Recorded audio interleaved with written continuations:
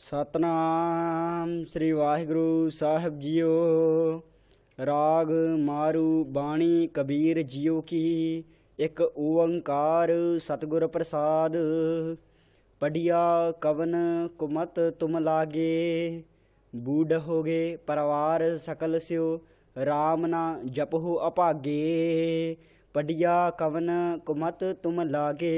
वाहिगुरु जी का खालसा वाहिगुरु जी की फतेह। गरीब नवाज अंतरजामी सच्चे पातशाह भगत बच्छल करुणा निधान। मेरा दे घर सच्चे पातशाह धन धन धन श्री गुरु ग्रंथ साहिब जी दी पावन पवित्र हजूरी दा आनंद मान रही गुरु रूप गुरु प्यारी साध संगत जीओ। सतगुरां दी अपार बख्शिश होई है। 1102 अंग तक आप जी ने श्री गुरु ग्रंथ साहिब महाराज जी दी लड़ीवार अखरी अर्थ सरवण कीते ਹਨ। मारू राग चल रहा है। मारू राग दे अंदर भगत कबीर साहब जी दी बाणी चल रही है। आओ सच्चे पातशाह आप ही दासां दे सिर ते मेहर भरिया हथ रख के अनजान ਅਤੇ ਪੱਗ ਬੁੱਧੀਆਂ ਦੇ ਕੋਲੋਂ ਆਪਣੀ ਇਸ ਬਾਣੀ ਦੇ ਅਰਥ ਕਰਾ ਲੈਣ। ਆਓ ਵਿਚਾਰ ਦੀ ਆਰੰਭਤਾ ਤੋਂ ਪਹਿਲਾਂ ਦੋਵੇਂ ਹੱਥ ਜੋੜ ਕੇ ਉਚਾਰਨ ਕਰੋ ਜੀ। सतनाम श्री वाहिगुरु साहिब जी। राग मारू बाणी कबीर जियो की। तो राग मारू है बाणी कबीर जियो की। महाराज सच्चे पातशाह जी ने भगत साहिबाना का सत्कार बहुत किया है। कला कबीर शब्द नहीं लिखिया है बल्कि बाणी भगत कबीर जियो की। ये बाणी भगत कबीर साहिब जी दी है। एक ओंकार सतगुर प्रसाद। बाणी की आरंभता तो पहला मंगल विच वाहिगुरु जी की उस्तत करदियां लिखते हैं वाहिगुरु परमेश्वर एक है अद्वैत स्वरूप है। सतगुरां दी किरपा नाल उस वाहिगुरु जी की प्राप्ति हुंदी है। पढ़िया कवन कुमत तुम लागे। जो महापुरखां ने इस शब्द की उथान का दसी है भी एक पंडित सीगा ਜਿਹੜਾ ਆਪ ਵਾਮ ਮਾਰਗੀ ਸੀਗਾ। ਭਾਵ ਮੱਛੀ ਵੀ ਖਾਂਦਾ ਸੀਗਾ, ਸ਼ਰਾਬ ਵੀ ਪੀਂਦਾ ਸੀਗਾ, ਮੁਦਰਾ ਵੀ ਉਹਦੇ ਵਿੱਚ ਇਹ ਵੀ ਔਗੁਣ ਸੀ, ਮੈਥਨ ਵੀ ਕਰਦਾ ਸੀਗਾ, ਇਸਤਰੀਆਂ ਨਾਲ ਵਿਭਚਾਰ ਵੀ ਕਰਦਾ ਸੀਗਾ। ਆਪ ਵੀ ਉਹ ਨਸ਼ੇ ਕਰਦਾ ਸੀਗਾ ਪਰ ਲੋਕਾਂ ਨੂੰ ਉਹ ਰੱਬ ਦੀ ਭਗਤੀ ਦਾ ਉਪਦੇਸ਼ ਦਿੰਦਾ ਸੀਗਾ। ਆਪ ਕੁਝ ਹੋਰ ਸੀਗਾ ਪਰ ਲੋਕਾਂ ਨੂੰ ਕੁਝ ਹੋਰ ਉਪਦੇਸ਼ ਦਿੰਦਾ ਸੀਗਾ। ਭਗਤ ਕਬੀਰ ਸਾਹਿਬ ਜੀ ਜਦ ਉਸ ਪੰਡਿਤ ਨੂੰ ਮਿਲੇ ਤਾਂ ਉਹਨੂੰ ਕਹਿਣ ਲੱਗੇ, ਹੇ ਪੱਡੀਆ, ਹੇ ਪੰਡਿਤ, ਤੂੰ ਕਿਸ ਖੋਟੀ ਬੁੱਧੀ ਵਿੱਚ ਲੱਗਾ ਪਿਆ ਹੈ, ਖੋਟੀ ਮੱਤ ਵਿੱਚ ਲੱਗਾ ਹੈ ਜੋ ਹਰ ਇੱਕ ਨੂੰ ਤੂੰ ਉਲਟਾ ਉਪਦੇਸ਼ ਦੇ ਰਿਹਾ ਹੈ। ਆਪ ਤੂੰ ਨਾਮ ਨਹੀਂ ਜਪਦਾ, ਆਪ ਤੂੰ ਗਲਤ ਕੰਮ ਕਰਦਾ ਹੈ, ਹੋਰਾਂ ਨੂੰ ਤੂੰ ਨਾਮ ਜਪਣ ਦਾ ਉਪਦੇਸ਼ ਦੇਣਾ ਹੈ। ਬੂਢ ਹੋ ਗਏ ਪਰਿਵਾਰ ਸਕਲ ਸਿਓ।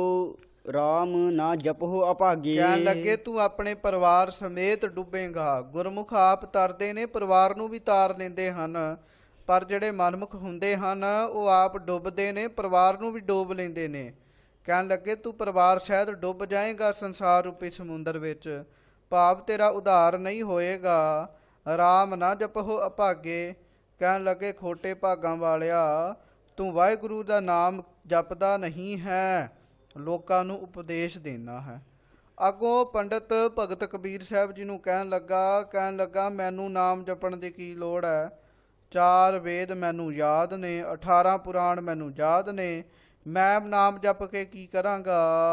ਰਹਾਉ ਵਿਸ਼ਰਾਮ ਦੇ ਕੇ ਭਗਤ ਜੀ ਅੱਗੋਂ ਕਿਰਪਾ ਕਰਦੇ ਹਨ। ਵੇਦ ਪੁਰਾਨ ਪੜੇ ਕਾ ਕਿਆ ਗੁਣ, ਖਰ ਚੰਦਨ ਜਸ ਭਾਰਾ। ਕਹਿਣ ਲੱਗੇ ਵੇਦ ਪੁਰਾਣ 4 ਵੇਦ ਪੜ੍ਹ ਲਏ, 18 ਪੁਰਾਣ ਤੂੰ ਪੜ੍ਹ ਲਏ, ਉਹਨਾਂ ਦਾ ਕੀ ਗੁਣ ਹੈ, ਭਾਵ ਕੀ ਲਾਭ ਹੈ। ਉਹਨਾਂ ਦਾ ਕੋਈ ਲਾਭ ਨਹੀਂ ਹੈ। ਉਹਨਾਂ ਵਿੱਚ ਜਿਹੜੀ ਗੱਲ ਲਿਖੀ ਉਹ ਤੇ ਤੂੰ ਕਰ ਹੀ ਨਹੀਂ ਰਿਹਾ। ਵੇਦਾਂ ਵਿੱਚ ਵਾਹਿਗੁਰੂ ਦੀ ਸਿਫਤਾਂ ਲਿਖੀਆਂ ਹਨ, ਉਹਦਾ ਨਾਮ ਜਪਣ ਦਾ ਉਪਦੇਸ਼ ਹੈ।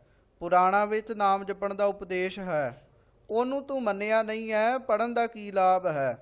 ਅੱਗੋਂ ਦ੍ਰਿਸ਼ਟਾਂਤ ਭਗਤ ਕਬੀਰ ਸਾਹਿਬ ਕਹਿਣ ਲੱਗੇ ਇਹ ਤਾਂ ਉਸੇ ਤਰ੍ਹਾਂ ਹੀ ਹੈ ਜਿਵੇਂ ਖੋਤੇ ਦੇ ਉੱਤੇ ਗਧੇ ਦੇ ਉੱਤੇ ਚੰਦਨ ਦੀਆਂ ਲੱਕੜਾਂ ਦਾ ਭਾਰ ਪਾ ਦਿਓ, ਭਲਾ ਉਹਨੂੰ ਚੰਦਨ ਦੀ ਸੁਗੰਧੀ ਦਾ ਕੀ ਪਤਾ ਹੈ, ਉਹਨੂੰ ਚੰਦਨ ਦੀ ਮੁੱਲ ਦਾ ਕੀ ਪਤਾ ਹੈ।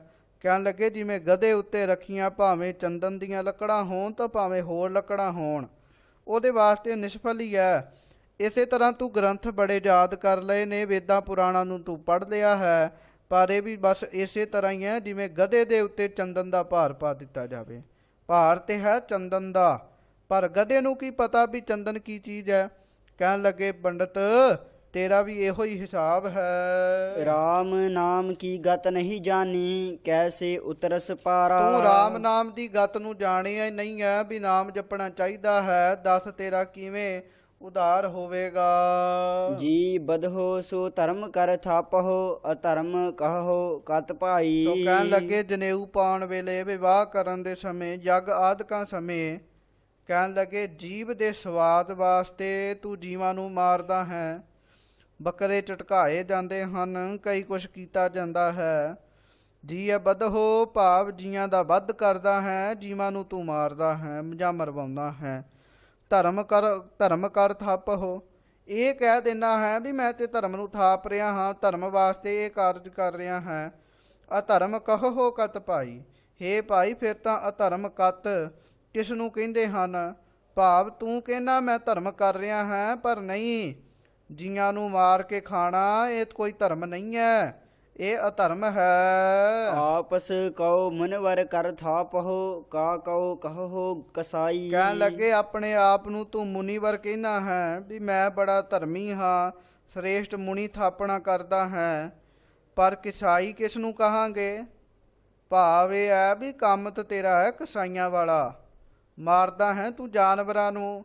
ਕਹੋ ਨਾ ਤੂੰ ਆਪਣੇ ਆਪ ਨੂੰ ਮੁਨੀਵਰ ਹੈ ਵੀ ਮੈਂ ਸ੍ਰੇਸ਼ਟ ਮੁਨੀ ਹਾਂ। मन के अंधे आप न बुझहो, काहे बुझावहो भाई। ਸੋ ਹੇ ਮਨ ਦੇ ਅੰਧੇ, ਤੈਨੂੰ ਮਨ ਵਿੱਚ ਨਾ ਗਿਆਨ ਹੈ ਨਾ ਵੈਰਾਗ ਹੈ, ਮਨ ਵਾਲੇ ਪਾਸਿਓ ਤੂੰ ਅੰਨਾ ਹੈ, ਆਪਣਾ ਆਪ ਤੂੰ ਬੁੱਝਦਾ ਨਹੀਂ ਹੈ।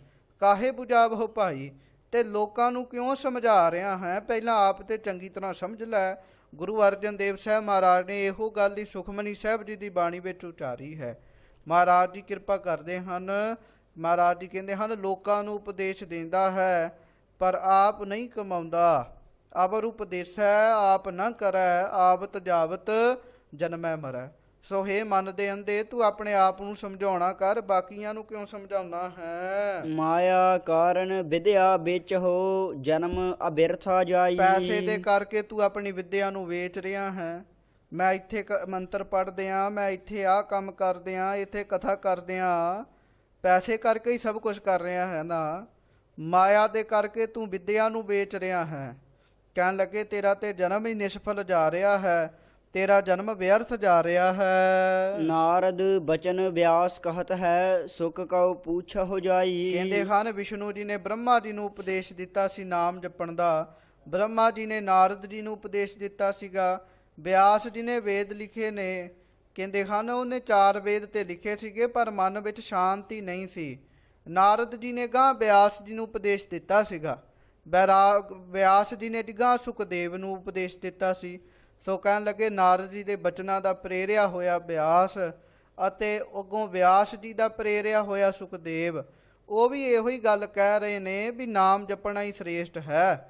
ਸੋ ਇਹ ਗੱਲ ਭਾਈ ਤੂੰ ਉਹਨਾਂ ਨੂੰ ਵੀ ਭਾਵੇਂ ਜਾ ਕੇ ਪੁੱਛ ਲੈ। कहे कबीर रामै रम छूटहो, नाहे ता बूढ़े भाई। ਸੋ ਭਗਤ ਕਬੀਰ ਸਾਹਿਬ ਜੀ ਕਥਨ ਕਰਦੇ ਹਨ, ਕਹਿੰਦੇ ਹਨ ਰਾਮੇ ਰਮ ਛੂਟੋ, ਰਾਮ ਵਿੱਚ ਰਮੇ ਜਾਓਗੇ, ਇਕਮਿਕ ਹੋ ਜਾਓਗੇ, ਉਹਦੇ ਨਾਮ ਨੂੰ ਰਮੋਗੇ, ਜਪੋਗੇ ਤਾਂ ਤੁਹਾਡਾ ਛੁਟਕਾਰਾ ਹੋਏਗਾ, ਨਾਹੀਂ ਤਾਂ ਬੁੱਢੇ ਭਾਈ। ਕਹਿਣ ਲੱਗੇ ਨਹੀਂ ਤਾਂ ਭਾਈ ਨਰਕਾਂ ਵਿੱਚ ਡੁੱਬ ਜਾਓਗੇ। बन्हे बसे क्यों पाइयै, जाओ लो मन होना तजह बेकार। ਇਹਦੇ ਤੋਂ ਬਾਅਦ ਭਗਤ ਕਬੀਰ ਸਾਹਿਬ ਜੀ ਦੇ ਕੋਲ ਇੱਕ ਇਹੋ ਜਿਹਾ ਸਿੱਧ ਜੋਗੀ ਪੰਡਤ ਆਇਆ, ਜਿਹੜਾ ਆਪਣੇ ਆਪ ਨੂੰ ਸਾਧੂ ਕਹਾਉਂਦਾ ਸੀਗਾ, ਸਿਰ ਤੇ ਜਟਾਵਾਂ ਰੱਖੀਆਂ ਸਨ, ਭਸਮ ਲਗਾ ਕੇ ਫਿਰਦਾ ਸੀਗਾ ਤੇ ਜੰਗਲ ਵਿੱਚ ਬੈਠਾ ਰਹਿੰਦਾ ਸੀ। ਭਾਵ ਜੰਗਲ ਵਿੱਚ ਰਹਿਣ ਲੱਗ ਪਿਆ ਫਿਰਦਾ ਫਿਰਦਾ। ਕਹਿਣ ਲੱਗਾ ਵੀ ਜੰਗਲ ਵਿੱਚ ਰਹਿਣ ਕਰਕੇ ਹੀ ਪਰਮੇਸ਼ਰ ਦੀ ਪ੍ਰਾਪਤੀ ਹੁੰਦੀ ਹੈ, ਘਰ ਵਿੱਚ ਨਹੀਂ ਹੁੰਦੀ। ਇਹ ਗੱਲ ਸੁਣ ਕੇ ਫਿਰ ਭਗਤ ਜੀ ਉਹਨੂੰ ਉਪਦੇਸ਼ ਦਿੰਦੇ ਹਨ, ਬਨਹੇ ਬਸੇ ਕਿਉਂ ਪਾਈਐ, ਜੋ ਲੋ ਮਨ ਹੋ ਨਾ ਤਜਹੇ ਬੇਕਾਰ। ਕਹਿਣ ਲੱਗੇ ਮੈਨੂੰ ਇਹ ਦੱਸ, ਬਨ ਵਿੱਚ ਜੰਗਲ ਵਿੱਚ ਰਹਿ ਕੇ ਦੱਸ ਕਿਵੇਂ ਰੱਬ ਨੂੰ ਪ੍ਰਾਪਤ ਕਰੇਗਾ, ਜੇਕਰ ਤੂੰ ਆਪਣੇ ਮਨ ਵਿੱਚੋਂ ਵਕਾਰ ਨਹੀਂ ਛੱਡਦਾ। ਘਰ ਛੱਡਿਆਂ ਰੱਬ ਨਹੀਂ ਮਿਲਦਾ, ਰੱਬ ਵਕਾਰ ਛੱਡਿਆਂ ਮਿਲਦਾ ਹੈ। ਮਨ ਨੂੰ ਪਵਿੱਤਰ ਕਰਿਆ ਰੱਬ ਮਿਲਦਾ ਹੈ। ਕਹਿਣ ਲੱਗੇ ਜੰਗਲ ਵਿੱਚ ਰਹਿਣ ਨਾਲ ਦੱਸ ਕਿਵੇਂ ਪਰਮੇਸ਼ਰ ਦੀ ਪ੍ਰਾਪਤੀ ਹੋਏਗੀ, ਜੇਕਰ ਤੂੰ ਮਨ ਵਿੱਚੋਂ ਕਾਮ ਕ੍ਰੋਧ ਨੂੰ ਹੀ ਨਹੀਂ ਕੱਢਿਆ। ਜਿਹ ਘਰ ਬਨ ਸਮਸਰ ਕੀਆ ਤੇ ਪੂਰੇ ਸੰਸਾਰ। ਕਹਿਣ ਲੱਗੇ ਜਿਸ ਪੁਰਸ਼ ਨੇ ਸ਼ੁੱਧ ਮਨ ਨਾਲ ਘਰ ਅਤੇ ਬਨ ਜੰਗਲ ਨੂੰ ਇੱਕ ਬਰਾਬਰ ਹੀ ਜਾਣਿਆ ਹੈ, ਘਰ ਵੀ ਹੈ ਤੇ ਜੰਗਲ ਵੀ, ਇਹਨਾਂ ਨੂੰ ਇੱਕ ਬਰਾਬਰ ਹੀ ਸਮਝਿਆ ਹੈ, ਕਹਿਣ ਲੱਗੇ ਉਹ ਸੰਸਾਰ ਵਿੱਚ ਪੂਰਨ ਜੋਗੀ ਹੈ। ਕਿਉਂਕਿ ਇੱਕ ਥਾਂ ਤੇ ਆਇਆ ਹੈ ਨਾ ਕਿ ਵਕਾਰਾਂ ਤੋਂ ਬਚਣ ਵਾਸਤੇ ਜੰਗਲ ਵਿੱਚ ਗਏ, ਪਰ ਉਹ ਜੰਗਲ ਵਿੱਚ ਵੀ ਵਕਾਰ ਆ ਗਏ। ਕਹਿੰਦੇ ਹਨ ਗ੍ਰਹਿ ਤਜ ਬਨਖੰਡ ਜਾਈਐ ਚੁਨ ਖਾਈਐ ਕੰਧਾ। ਘਰ ਨੂੰ ਛੱਡ ਕੇ ਜੰਗਲਾਂ ਵਿੱਚ ਚਲੇ ਜਾਓ, ਉੱਥੇ ਜਾ ਕੇ ਭਾਵੇਂ ਚੁਣ ਚੁਣ ਕੇ ਕੰਧ ਮੂਲ ਖਾਓ, ਪਰ ਅਜਹੂ ਬੇਕਾਰ ਨਾ ਛੋੜਈ ਪਾਪੀ ਮਨ ਬੰਦਾ। ਕਹਿਣ ਲੱਗੇ ਪਾਪੀ ਮਨ ਤੇ ਇੰਨਾ ਮੈਲਾ ਹੈ, ਅਜੇ ਵੀ ਵਕਾਰ ਨਹੀਂ ਛੱਡਦਾ। ਸੋ ਮਹਾਰਾਜ ਇੱਥੇ ਭਗਤ ਕਬੀਰ ਸਾਹਿਬ ਇਹੋ ਗੱਲ ਕਹਿ ਰਹੇ ਨੇ। ਉਹ ਕਹਿੰਦੇ ਨੇ ਭਾਈ ਜੰਗਲ ਵਿੱਚ ਜਾਣ ਨਾਲ ਕੁਝ ਨਹੀਂ ਹੋਣਾ। ਅਸਲ ਵਿੱਚ ਪੂਰਨ ਜੋਗੀ ਤੇ ਉਹ ਹੈ ਜਿਹੜਾ ਘਰ ਤੇ ਜੰਗਲ ਨੂੰ ਇੱਕ ਬਰਾਬਰ ਸਮਝ ਲਵੇ, ਘਰ ਵਿੱਚ ਰਹਿ ਕੇ ਵੀ ਵਕਾਰਾਂ ਤੋਂ ਬਚਿਆ ਰਵੇ। ਸਾਰ ਸੁਖ ਪਾਈਐ ਰਾਮਾ। ਸੋ ਹੇ ਭਾਈ ਰਾਮ ਨਾਮ ਨੂੰ ਉਚਾਰਨ ਕਰਨ ਨਾਲ ਸ੍ਰੇਸ਼ਟ ਆਤਮਿਕ ਸੁਖ ਜਿਹੜਾ ਹੈ ਉਹ ਪ੍ਰਾਪਤ ਹੁੰਦਾ ਹੈ। ਰੰਗ ਰਵਹੁ ਆਤਮੈ ਰਾਮ। ਸੋ ਇਸ ਕਰਕੇ ਕਹਿਣ ਲੱਗੇ ਆਪਣੇ ਆਤਮੈ ਮਨ ਵਿੱਚ ਪਰਮੇਸ਼ਰ ਦਾ ਪ੍ਰੇਮ ਧਾਰ ਕੇ ਵਾਹਿਗੁਰੂ ਵਾਹਿਗੁਰੂ ਪਰਮੇਸ਼ਰ ਦੇ ਨਾਮ ਨੂੰ ਰਾਮ ਰਾਮ ਉਚਾਰਨ ਕਰੋ। ਰਹਾ ਵਿਸਰਾਮ ਦੇ ਕੇ ਭਗਤ ਜੀ ਕਿਰਪਾ ਕਰਦੇ ਹਨ। ਜਟਾ ਭਸਮ ਲੇਪਨ ਕੀਆ ਕਹਾ ਗੁਫਾ ਮਹਿਬਾਸ। ਕਹਿਣ ਲੱਗੇ ਸਿਰ ਤੇ ਜਟਾਵਾਂ ਰੱਖ ਲਈਆਂ ਹਨ, ਕਹਿਣ ਲੱਗੇ ਸਰੀਰ ਤੇ ਭਸਮ ਦਾ ਭਾਵ ਸਵਾਹ ਦਾ ਲੇਪਨ ਕਰ ਲਿਆ ਹੈ, ਪਹਾੜਾਂ ਵਿੱਚ ਜਾ ਕੇ ਗੁਫਾਵਾਂ ਵਿੱਚ ਨਿਵਾਸ ਕਰ ਲਿਆ। ਦੱਸ ਫਿਰ ਕੀ ਹੋਇਆ, ਭਾਵ ਇਹਨਾਂ ਕੰਮਾਂ ਕਰਨ ਦਾ ਦੱਸ ਤੈਨੂੰ ਕੀ ਲਾਭ ਹੋਇਆ ਹੈ। ਮਨ ਜੀਤੇ ਜਗ ਜੀਤਿਆ ਜਾਂ ਤੇ ਵਿਖਿਆ ਤੇ ਹੋਏ ਉਦਾਸ। ਕਹਿਣ ਲੱਗੇ ਜਿਹੜੇ ਵਿਖਿਆ ਤੋਂ ਉਦਾਸ ਹੋ ਗਏ ਨੇ, ਵਕਾਰਾਂ ਤੋਂ ਉਦਾਸ ਹੋ ਗਏ ਨੇ, ਉਹਨਾਂ ਨੇ ਮਨ ਨੂੰ ਜਿੱਤਿਆ ਹੈ, ਉਹ ਮਨ ਨੂੰ ਜਿੱਤਣ ਵਾਲੇ ਪਾਸੇ ਦੌੜਦੇ ਹਨ। ਅੱਜ ਸਾਡੀ ਖਿੱਚ ਪਤਾ ਕੀ ਹੈ ਸਾਧ ਸੰਗਤ ਜੀ, ਅਸੀਂ ਜੱਗ ਨੂੰ ਜਿੱਤਣਾ ਚਾਹੁੰਦੇ ਹਾਂ, ਜੱਗ ਸਾਡੇ ਵੱਸ ਹੋ ਜਾਵੇ, ਪਰ ਮਨ ਨੂੰ ਨਹੀਂ ਜਿੱਤਦੇ। ਮਨ ਨੂੰ ਉਸੇ ਤਰ੍ਹਾਂ ਹੀ ਢਿੱਲਾ ਛੱਡਿਆ, ਮਨ ਉਸੇ ਤਰ੍ਹਾਂ ਹੀ ਸਾਡਾ ਮੈਲਾ ਹੈ, ਵਕਾਰੀ ਹੈ, ਮਨ ਨੂੰ ਨਹੀਂ ਜਿੱਤਦੇ। ਮਹਾਰਾਜ ਕਹਿੰਦੇ ਜਿਹੜੇ ਵਿਖਿਆ ਵਾਲੇ ਪਾਸੋਂ ਉਦਾਸ ਹੋ ਜਾਂਦੇ ਹਨ ਉਹ ਫਿਰ ਮਨ ਨੂੰ ਜਿੱਤਦੇ ਹਨ, ਔਰ ਜਿੰਨੇ ਭਾਈ ਮਨ ਨੂੰ ਜਿੱਤ ਲਿਆ ਉਹਨੇ ਜੱਗ ਨੂੰ ਹੀ ਜਿੱਤ ਲਿਆ ਹੈ। ਜਥਾ ਜਿਵੇਂ ਮਹਾਰਾਜ ਧੰਨ ਗੁਰੂ ਨਾਨਕ ਸਾਹਿਬ ਜੀ ਵੀ ਕਿਰਪਾ ਕਰਦੇ ਹਨ, ਮਨ ਜੀਤੈ ਜਗ ਜੀਤ। ਅੰਜਨ ਦੇ ਸਭੈ ਕੋਈ ਟੁਕ ਚਾਹਨ ਮਾਹੇ ਬਿਡਾਨ। ਗਿਆਨ ਰੂਪੀ ਅੰਜਨ ਸੁਰਮਾ ਤਾਂ ਸਭ ਕੋਈ ਦਿੰਦਾ ਹੈ, ਭਾਵ ਗਿਆਨ ਦੀਆਂ ਗੱਲਾਂ ਤਾਂ ਸਾਰਿਆਂ ਕੋਈ ਕਰ ਲੈਂਦਾ ਹੈ। ਅੰਜਨ ਦੇ ਸਭੈ ਕੋਈ ਟੁਕ ਚਾਹਨ ਮਾਹੇ ਬਿਡਾਨ, ਪਰ ਫਿਰ ਵੀ ਟੁਕ ਚਾਹੁੰਦਾ ਹੈ। ਥੋੜੀ ਬਹੁਤੀ ਚਾਹਨਾ ਉਹਦੇ ਮਨ ਵਿੱਚ ਪਦਾਰਥਾਂ ਦੀ ਬਣੀ ਰਹਿੰਦੀ ਹੈ, ਇੱਛਾ ਬਣੀ ਰਹਿੰਦੀ ਹੈ। ਜਿਹੜਾ ਕਹਿਣ ਲੱਗੇ ਇਹ ਬੇਡਾਨ ਹੈ, ਅਸਚਰਜ ਭਾਵ ਦੁਖਦਾਇਕ ਹੈ, ਇਸ ਕਰਕੇ ਸਰੂਪ ਦਾ ਬੋਧ ਨਹੀਂ ਹੁੰਦਾ। ਗਿਆਨ ਅੰਜਨ ਜਿਹ ਪਾਇਆ ਤੇ ਲੋਏ ਨ ਪਰਵਾਨ। ਸੋ ਕਹਿਣ ਲੱਗੇ ਜਿਨ੍ਹਾਂ ਅੱਖਾਂ ਦੇ ਵਿੱਚ ਗਿਆਨ ਰੂਪੀ ਸੁਰਮਾ ਪਾਇਆ ਜਾਵੇ, ਉਹੋ ਹੀ ਅੱਖਾਂ ਬੁੱਧੀ ਰੂਪੀ ਨੇਤਰ ਉਹੋ ਹੀ ਭਾਈ ਪ੍ਰਮਾਣਿਕ ਹਨ। ਕਹਿ ਕਬੀਰ ਅਬ ਜਾਣਿਆ ਗੁਰ ਗਿਆਨ ਦਿਆ ਸਮਝਾਏ। ਸੋ ਇਸ ਪ੍ਰਕਾਰ ਭਗਤ ਕਬੀਰ ਸਾਹਿਬ ਜੀ ਕਿਰਪਾ ਕਰਦੇ ਹਨ। ਕਹਿਣ ਲੱਗੇ ਇਸ ਪ੍ਰਕਾਰ ਅਸੀਂ ਜਾਣਿਆ ਹੈ। ਕਹਿ ਕਬੀਰ ਅਬ ਜਾਣਿਆ, ਹੁਣ ਜਾਣਿਆ ਹੈ। ਗੁਰ ਗਿਆਨ ਦਿਆ ਸਮਝਾਏ, ਗੁਰੂ ਨੇ ਗਿਆਨ ਦਿੱਤਾ ਹੈ ਅਤੇ ਸਾਨੂੰ ਸਮਝਾਇਆ ਹੈ ਵੀ ਉਹ ਵਾਹਿਗੁਰੂ ਪਰਮੇਸ਼ਰ ਭੇਸ ਪਟਾਉਣ ਦੇ ਨਾਲ ਪ੍ਰਾਪਤੀ ਨਹੀਂ ਹੁੰਦੀ, ਉਹਦੀ ਪ੍ਰਾਪਤੀ ਮਨ ਤਨ ਕਰਕੇ ਪ੍ਰੇਮ ਕਰਕੇ ਸਿਮਰਨ ਕਰਨ ਨਾਲ ਹੁੰਦੀ ਹੈ। ਅੰਤਰਗਤ ਹਰ ਭੇਟਿਆ ਅਬ ਮੇਰਾ ਮਨ ਕਤਹੂ ਨਾ ਜਾਏ। ਕਹਿਣ ਲੱਗੇ ਮੈਂ ਅੰਦਰ ਹੀ ਉਸ ਵਾਹਿਗੁਰੂ ਪਰਮੇਸ਼ਰ ਨੂੰ ਭੇਟਿਆ ਹੈ, ਜਾਣਿਆ ਹੈ, ਉਹਦੇ ਦਰਸ਼ਨ ਹੋਏ ਹਨ। ਉਹ ਵਾਹਿਗੁਰੂ ਪਰਮੇਸ਼ਰ ਅੰਤਰਗਤ ਹੀ ਮਿਲਿਆ ਹੈ। ਹੁਣ ਕਹਿਣ ਲੱਗੇ ਅਬ ਮੇਰਾ ਮਨ ਕਤਹੂ ਨਾ ਜਾਏ, ਹੁਣ ਮੇਰਾ ਮਨ ਇੱਧਰ ਉੱਧਰ ਨਹੀਂ ਜਾਂਦਾ, ਭਾਵ ਇਹ ਮਨ ਵਿਕਾਰਾਂ ਵਿੱਚ ਨਹੀਂ ਪੈਂਦਾ। ਰਿੱਧ ਸਿੱਧ ਜਾ ਕਉ ਫੁਰੀ ਤਬ ਕਾਹੂ ਸਿਓ ਕਿਆ ਕਾਜ। ਇਹਦੇ ਤੋਂ ਬਾਅਦ ਜੋ ਮਹਾਂਪੁਰਖ ਇਸ ਸ਼ਬਦ ਦੀ ਉਥਾਨਕਾ ਦੱਸਦੇ ਨੇ, ਕੋਈ ਸੰਤ ਭੇਖ ਬਣਾ ਕੇ ਮੰਗਦਾ ਫਿਰਦਾ ਸੀਗਾ। ਇਹ ਗੱਲ ਕਹਿ ਦਿੰਦਾ ਸੀ ਮੈਨੂੰ ਰੋਟੀ ਖਵਾ ਦਿਓ, ਮੈਂ ਰਿੱਧੀਆਂ ਸਿੱਧੀਆਂ ਦੇ ਦਿਆਂਗਾ ਤੁਹਾਨੂੰ। ਜਦ ਕਬੀਰ ਜੀ ਪਾਸ ਆਇਆ ਇਹੋ ਗੱਲ ਕਬੀਰ ਜੀ ਨੂੰ ਆਖੀ ਤੇ ਕਬੀਰ ਸਾਹਿਬ ਨੇ ਫਿਰ ਉਹਨੂੰ ਉਪਦੇਸ਼ ਦਿੱਤਾ ਸੀ, ਰਿੱਧ ਸਿੱਧ ਜਾਂ ਕੋ ਫੁਰੀ ਤਬ ਕਾਹੂ ਸਿਉ ਕਾਜ। ਕਹਿਣ ਲੱਗੇ ਭਾਈ ਜਿਸ ਨੂੰ ਰਿੱਧੀਆਂ ਸਿੱਧੀਆਂ ਹੀ ਫੁਰਨ ਲੱਗ ਪਈਆਂ, ਜਿਹਦੇ ਅੰਦਰ ਰਿੱਧੀਆਂ ਸਿੱਧੀਆਂ ਹੀ ਪ੍ਰਗਟ ਹੋ ਗਈਆਂ, ਤਾਂ ਫਿਰ ਉਹਦਾ ਕਿਸੇ ਕੋਲੋਂ ਮੰਗਣਾ ਕੀ ਰਹਿ ਜਾਂਦਾ ਹੈ। ਉਹ ਰਿੱਧੀਆਂ ਸਿੱਧੀਆਂ ਦੇ ਨਾਲ ਵੀ ਤੇ ਆਪਣਾ ਪ੍ਰਸ਼ਾਦਾ ਤਿਆਰ ਕਰ ਸਕਦਾ ਹੈ ਨਾ। ਹਾਂਜੀ। ਤੇਰੇ ਕਹਨੇ ਕੀ ਗਤ ਕਿਆ ਕਹਾਓ, ਮੈਂ ਬੋਲਤ ਹੀ ਬੜ ਲਾਜ। ਜਿਹੜਾ ਤੂੰ ਇਹ ਗੱਲ ਕਹਿੰਦਾ ਹੈ ਵੀ ਮੈਨੂੰ ਰੋਟੀ ਖਵਾ ਦਿਓ, ਮੈਂ ਤੁਹਾਨੂੰ ਰਿੱਧੀਆਂ ਸਿੱਧੀਆਂ ਦੇ ਦੇਵਾਂਗਾ, ਇਸ ਤਰ੍ਹਾਂ ਤੇਰੇ ਕਹਿਣੇ ਦੀ ਗਤ ਭਾਵ ਰੀਤੀ ਨੂੰ ਸੁਣ ਕੇ ਮੈਂ ਕੀ ਕਵਾਂ, ਮੈਂ ਕੀ ਆਖਾਂ। ਕਹਿਣ ਲੱਗੇ ਤੈਨੂੰ, ਕਹਿਣ ਲੱਗੇ ਤੂੰ ਤੇ ਮਿੱਥਿਆਵਾਦੀ ਨਾਲ ਬੋਲਣ ਕਰਕੇ ਤੈਨੂੰ ਤਾਂ ਕੋਈ ਲੱਜਾ ਨਹੀਂ ਆਉਂਦੀ, ਪਰ ਮੈਂ ਤੇਰੇ ਨਾਲ ਗੱਲ ਕਰ ਰਿਹਾ ਤਾਂ ਮੈਨੂੰ ਇਹਦੇ ਵਿੱਚ ਵੀ ਸ਼ਰਮ ਆ ਰਹੀ ਹੈ। ਸ਼ਰਮ ਇਸ ਕਰਕੇ ਆ ਰਹੀ ਹੈ ਵੀ ਤੂੰ ਬਿਲਕੁਲ ਮੂਰਖ ਹੈ ਭਾਈ। ਰਾਮ ਜਿਹ ਪਾਇਆ ਰਾਮ। ਅੱਗੋਂ ਕਹਿਣ ਲੱਗਾ ਕਬੀਰ ਜੀ ਮੈਂ ਤੇ ਰਾਮ ਨੂੰ ਪਾਇਆ ਹੈ।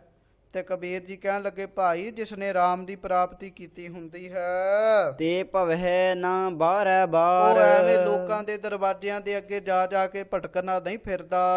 ਰਹਾਉ ਵਿਸ਼ਰਾਮ ਦੇ ਕੇ ਕਬੀਰ ਸਾਹਿਬ ਜੀ ਕਿਰਪਾ ਕਰਦੇ ਹਨ। ਝੂਠਾ ਜਗ ਡਹਕੈ ਘਨਾ, ਦਿਨ ਦੋਏ ਬਰਤਨ ਕੀ ਆਸ। ਕਹਿਣ ਲੱਗੇ ਝੂਠਾ ਜੋ ਸੰਸਾਰ ਹੈ ਇਸ ਵਿੱਚ ਤੂੰ ਘਨਾ ਬਹੁਤਾ ਡਹਕੈ ਭਾਵ ਤੁਰਦਾ ਫਿਰਦਾ ਰਹਿਣਾ ਹੈ।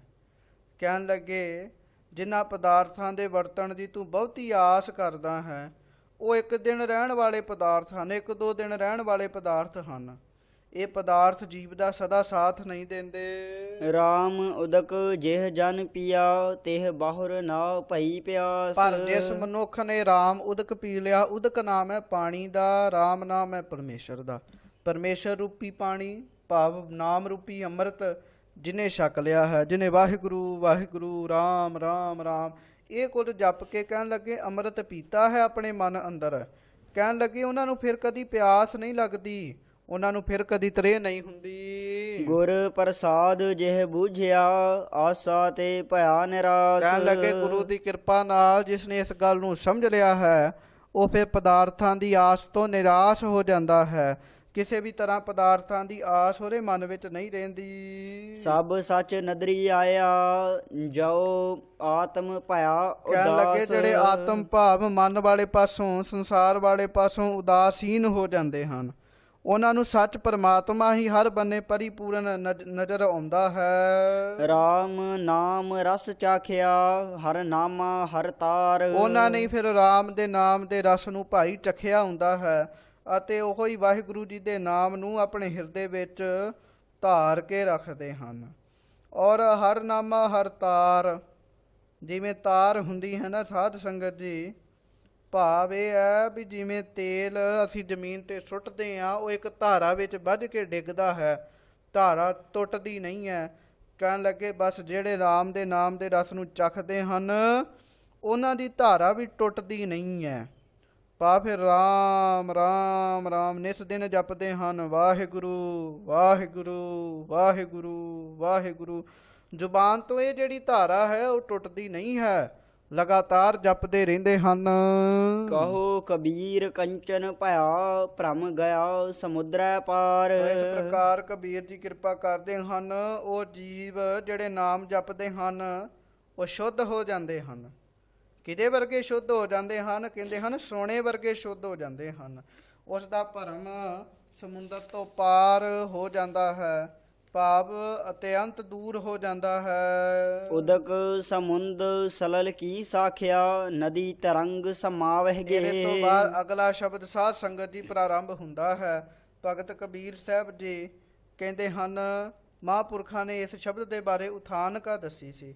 ਬਹੁਤ ਸਾਰੇ ਕਾਂਸ਼ੀ ਨਿਵਾਸੀ ਪੰਡਤ ਇਕੱਠੇ ਹੋ ਕੇ ਭਗਤ ਕਬੀਰ ਸਾਹਿਬ ਜੀ ਦੇ ਕੋਲ ਆ ਕੇ ਕਹਿਣ ਲੱਗੇ ਤੂੰ ਜਲਾਇਆ ਹੈ, ਤੇਰੀ ਜਾਤ ਨੀਵੀਂ ਹੈ, ਨੀਵੀਂ ਜਾਤ ਦਾ ਹੋ ਕੇ ਗ੍ਰਸਤੀ ਵਿੱਚ ਰਹਿ ਕੇ ਤੂੰ ਚੰਗੇ ਚੰਗੇ ਮਹਾਤਮਾ ਨੂੰ ਉਪਦੇਸ਼ ਦਿੰਦਾ ਰਹਿੰਦਾ ਹੈ।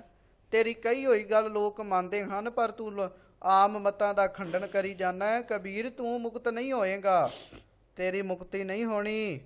ਤਾਂ ਇਸ ਸ਼ਬਦ ਦੀ ਰਹਾਉ ਵਾਲੀ ਪੰਕਤੀ ਹੈ, ਬਹੁਰ ਹਮ ਕਾਹੇ ਆਵਹਿੰਗੇ। ਕਹਿਣ ਲੱਗੇ ਅੱਗੋਂ ਕਬੀਰ ਸਾਹਿਬ ਨੇ ਕਿਹਾ ਸੀਗਾ ਵੀ ਹੁਣ ਅਸੀਂ ਕਿਉਂ ਆਵਾਂਗੇ ਸੰਸਾਰ ਵਿੱਚ, ਅਸੀਂ ਤਾਂ ਭਾਈ ਉਸ ਰਾਮ ਦੇ ਨਾਲ ਮਿਲ ਗਏ ਹਾਂ। ਪੰਡਤਾ ਆਖਿਆ ਕਿ ਤੂੰ ਜੀਵ ਜੁਲਾਹਿਆ ਨੀਚ ਉਪਾਧੀ ਵਾਲਾ, ਤੇਰਾ ਪਰਮਾਤਮਾ ਨਾਲ ਮਿਲਾਪ ਕਿਵੇਂ ਹੋ ਗਿਆ? ਤੇਰੀ ਉਪਾਧੀ ਤੇ ਬੜੀ ਨੀਵੀਂ ਹੈ।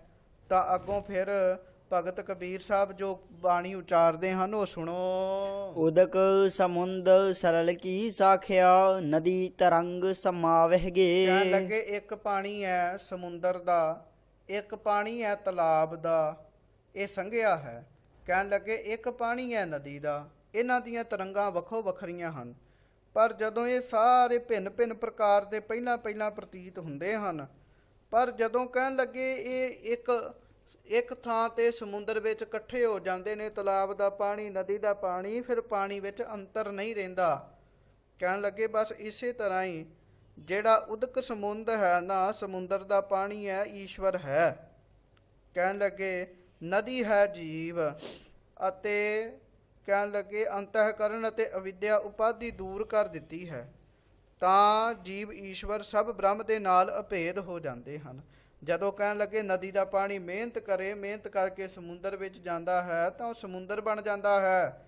ਠੀਕ ਹੈ, ਕਿਸੇ ਦੀ ਜਾਤ ਕਿਸੇ ਤਰ੍ਹਾਂ ਦੀ ਹੈ, ਕਿਸੇ ਦੀ ਜਾਤ ਕਿਸੇ ਤਰ੍ਹਾਂ ਦੀ ਹੈ, ਪਰ ਜਦੋਂ ਉਹ ਨਾਮ ਜਪੇ ਤਾਂ ਉਹ ਫਿਰ ਬ੍ਰਹਮ ਈਸ਼ਵਰ ਵਿੱਚ ਭੇਦ ਹੋ ਜਾਂਦਾ ਹੈ। ਸੁਨ ਹੈ ਸੁਨ ਮਿਲਿਆ ਸਮਦਰਸੀ, ਪਵਨ ਰੂਪ ਹੋਏ ਜਾਵਹਿਗੇ। ਕਹਿਣ ਲੱਗੇ ਸਮਦਰਸੀ ਸਮਦ੍ਰਿਸ਼ਟੀ ਹੋ ਕੇ ਅਫੁਰ ਰੂਪ, ਕਹਿਣ ਲੱਗੇ ਪਰਮਾਤਮਾ ਨਾਲ ਅਫੁਰ ਰੂਪ ਹੋ ਕੇ ਮੈਂ ਮਿਲ ਗਿਆ ਹਾਂ ਅਤੇ ਪਾਵਨ ਸਰੂਪ ਹੋ ਗਿਆ ਹਾਂ, ਪਵਿੱਤਰ ਹੋ ਗਿਆ ਹਾਂ। ਭਾਈ ਤੁਸੀਂ ਵੀ ਨਿਰਸੰਕਲਪ ਹੋ ਕੇ ਉਸ ਵਾਹਿਗੁਰੂ ਜੀ ਦਾ ਨਾਮ ਜਪੋ ਤਾਂ ਉਹਦੇ ਵਿੱਚ ਮਿਲ ਕੇ ਤੁਸੀਂ ਵੀ ਪਵਿੱਤਰ ਹੋ ਜਾਵੋਗੇ। ਬਹੁਰ ਹਮ ਕਾਹੇ ਇਸ ਆਵਹਿਗੇ। ਕਰਕੇ ਕਹਿਣ ਲੱਗੇ ਬਾਅਦ ਵਿੱਚ ਕਹਿਣ ਲੱਗੇ ਅਸੀਂ ਕਿਉਂ ਸੰਸਾਰ ਵਿੱਚ ਆਵਾਂਗੇ, ਕਿਉਂਕਿ ਅਸੀਂ ਆਪਣੇ ਕਿਰਿਆਮਾਨ ਜਿਹੜੇ ਕਰਮ ਹਨ ਸਾਰੇ ਹੀ ਗਿਆਨ ਅਗਨੀ ਵਿੱਚ ਸਾੜ ਦਿੱਤੇ ਹਨ।